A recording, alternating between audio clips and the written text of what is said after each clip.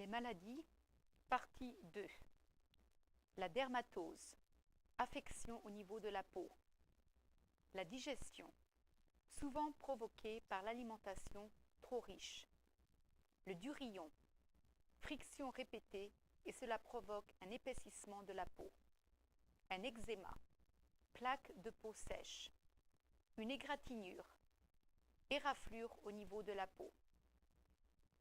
Une emphysème, maladie qui détériore les poumons.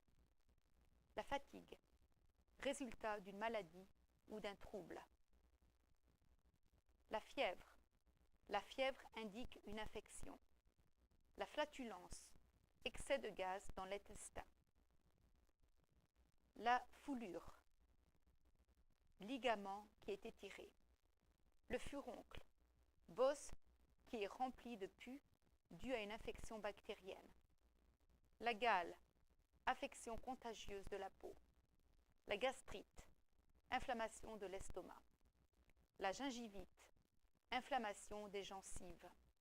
La goutte, excès d'acide urique dans le sang. La grippe, symptômes qui sont difficiles à contrer d'origine virale. La grossesse, un état et non une maladie. Les hémorroïdes, veines qui se gonflent de sang et qui provoquent de la douleur. Une hépatite, inflammation du foie. Le hoquet, contraction du diaphragme. Une hypertension, mieux connue sous haute pression. Une hyperthyroïdie, trop grande quantité d'hormones thyroïdiennes. Une hypotension, connue sous le nom basse pression.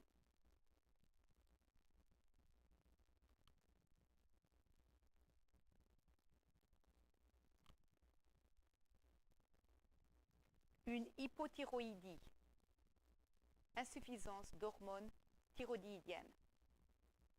Une indigestion, plusieurs symptômes accompagnés de vomissements. Une infection urinaire, brûlure désagréable lors de la miction. Une insomnie, difficulté, voire incapacité à s'endormir. Une insuffisance biliaire, le foie ne produit pas assez de bile. La laryngite, infection du larynx. Le lumbago, douleur aiguë dans le bas du dos. Le mal de tête, souvent relié à la fatigue, au stress ou au surmenage. Le mal de gorge, inflammation de la gorge. Le mal des transports, problème à supporter les déplacements. Le manque d'appétit, ne pas avoir faim. La mélancolie, état de tristesse. La ménopause, baisse de sécrétion d'hormones ovariennes. La menstruation, sang qui s'écoule lorsqu'il n'y a pas de fécondation. La migraine, douleur intense souvent d'un seul côté de la tête. La mycose, infection due aux champignons. La nausée, mal au cœur dû à la digestion. La néphrite, inflammation au niveau des reins. La nervosité, problème de relaxation.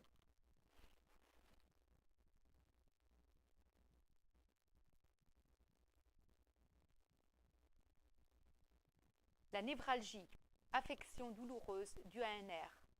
L'obésité, augmentation des cellules adipeuses. L'ostéoporose, fragilité des os. La palpitation, ressentir les battements de son cœur. Le paludisme, mieux connu sous le nom de malaria. La pellicule, petite peau sèche sur le cuir chevelu. La phlébite, inflammation d'une veine. Le pied d'athlète, infection causée par un champignon. La piqûre d'insecte provoque un gonflement des tissus. La plaie, le bobo, petite blessure au niveau de la peau. La pleurésie, inflammation de la plèvre des poumons. La pneumonie, inflammation des poumons. Les poux, insectes du cuir chevelu. Le prurite provoque des démangeaisons sur la peau. Le psoriasis, plaques rouges qui démangent.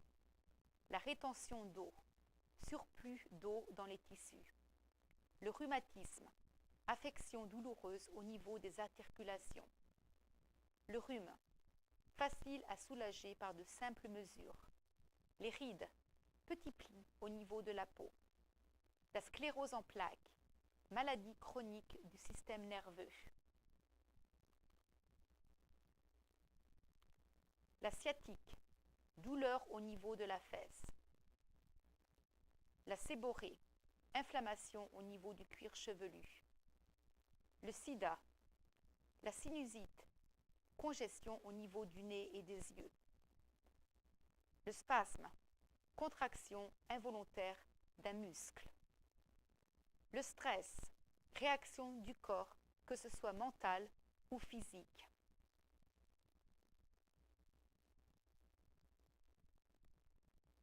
Le surmenage, très grande fatigue. La tendinite, inflation d'un tendon. La tension nerveuse, due à l'anxiété, au surmenage.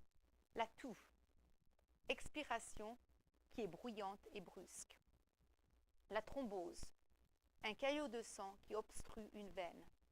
Un ulcère, lésion au niveau de la peau. Un urticaire, inflammation de la peau. Les varices, veines bleuâtres et gonflées superficielles. La vergeture, résultat de l'étirement de la peau. La verrue, lésion provoquée par un virus. Le vertige, difficulté à être dans les hauteurs. Le zona, virus de la varicelle chez l'adulte.